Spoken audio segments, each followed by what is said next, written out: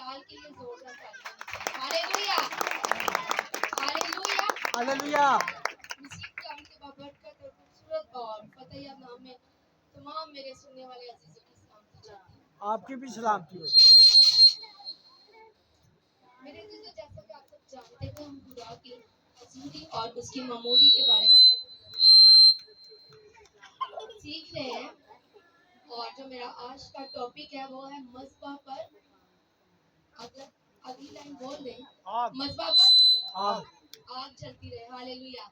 میرے عزیزوں جب ہم اولڈ ٹیسٹامنٹ میں اور نیو ٹیسٹامنٹ میں جب پڑھتے ہیں تو یہ آگ ایک ہی ہے، لیکن اولڈ میں چلانے کا طریقہ کچھ اور ہے اور نیو میں چلانے کا طریقے کا کچھ اور ہے.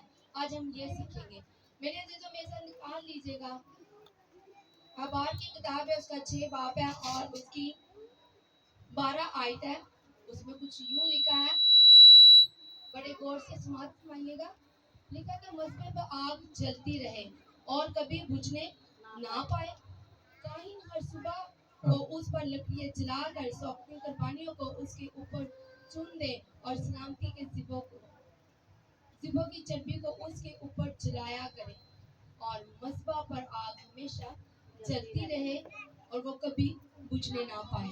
خداوند کے پاک نام پڑھے اور سنے جانے پہ خداوند کی برکت. آمین. آمین. میرے عزیزو پہلی 5 کتابیں لکھنے والا موسیٰ ہے. ایوب کی کتاب بھی موسیٰ نے لکھی ہے. اور یہ جب وہ کتاب لکھ رہے ہیں شریعت کی کتاب تو بڑی خوبصورت بات ایک کہہ رہے ہیں کہ مذبح پہ آگ ہمیشہ جلتی رہے.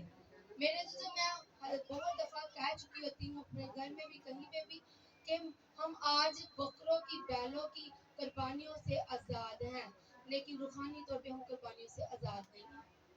ہم 2 طرح کی زندگی بسر کر رہے ہیں، ایک دنیاوی اور ایک روحانی. لیکن ہم نے زیادہ تر روحانی زندگی کو اول درجہ دینا ہے. میرے عزیزو یہ جو کلام ہے یہ روحانی ہے اور اس کلام کو پڑھنے کے لیے سمجھنے کے لیے روحانی بننا پڑے گا. جب آپ روحانی ہوں گے تو آپ کو اس کلام کی باتوں کا سمجھ آئے گا. اگر آپ دنیا دار لوگ ہیں تو پھر آپ کو یہ کلام کی باتیں ایک ڈرامہ لگے گی، ان کی اس پہ سمجھ نہیں آئے گی. یہ بالکل سچ بات ہے.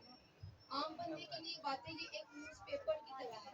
اگر آپ روز کی کلام پڑھتے ہیں تو میں آپ سب سے معذرت کے ساتھ کہتی ہوں کہ آپ ایک خالی بک کتاب پڑھ کے جا رہے ہیں. اگر آپ اس کلام کو اپنی زندگی میں اترنے نہیں دے رہے، اس کلام کو اپنی زندگی میں پورا نہیں ہونے دے رہے، تو پھر یہ آپ یعقوب کے خط میں لکھا ہے کہ اپنے آپ کو مت دھوکا دو. ہم کلام سنتے ہیں اور بڑے ایماندار بنتے ہیں اور ہم کہتے ہیں کہ ہم بڑے ایماندار ہیں، لیکن ہم کلام پہ عمل نہیں کرتے. ہم اپنے آپ کو سراسر دھوکا دے رہے ہوتے ہیں. کلام کو سن کے کلام کو اپنی زندگیوں میں عملی جامہ بنانا ہی بہت بڑی بات ہے. داؤد کہتا ہے گناہ کر لینا بڑی بات نہیں، گناہ میں پڑے رہنا بہت بڑی بات ہے. گناہ کر لینا کوئی بڑی بات نہیں ہے. یہ فنا ہو جانے والا بدن ہمیشہ آپ سے گناہ ہی کرواتا ہے، لیکن اس میں پڑے رہنا یہ بہت بڑی بات ہے اور بہت ہی خطرناک ایک ایماندار کے لیے یہ بات ہے. میرے عزیز وہ کہتا ہے کہ مذبح پہ آگ جلتی رہے. مذبح پہ جب قربانی رکھی جاتی تھی آگ جلانے کے لیے ماچس کے ساتھ یا لیٹر کے ساتھ آگ نہیں جلائی جاتی تھی، بلکہ آسمان سے آگ آتی تھی. اور ہارون کے 2 بیٹوں نے جب یہ غلطی کی تو انہیں سزا بھی ملی.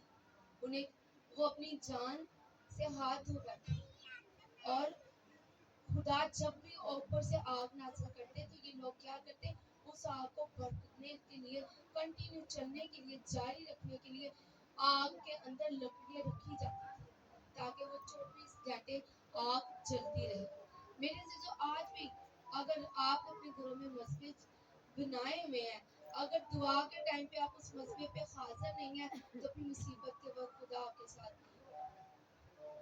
اگر آپ نے اپنے گھروں میں مسجد بنائے ہوئے، آپ نے ایک ٹائم مقرر کیا ہوا ہے کہ ہم نے اس ٹائم اس مسجد پہ جا کے جھکنا ہے، اپنی قربانی کو چڑھانا ہے، تو پھر اگر وہ آپ نہیں چڑھا رہے تو پھر آپ بہت مشکل میں پڑ جائیں گے.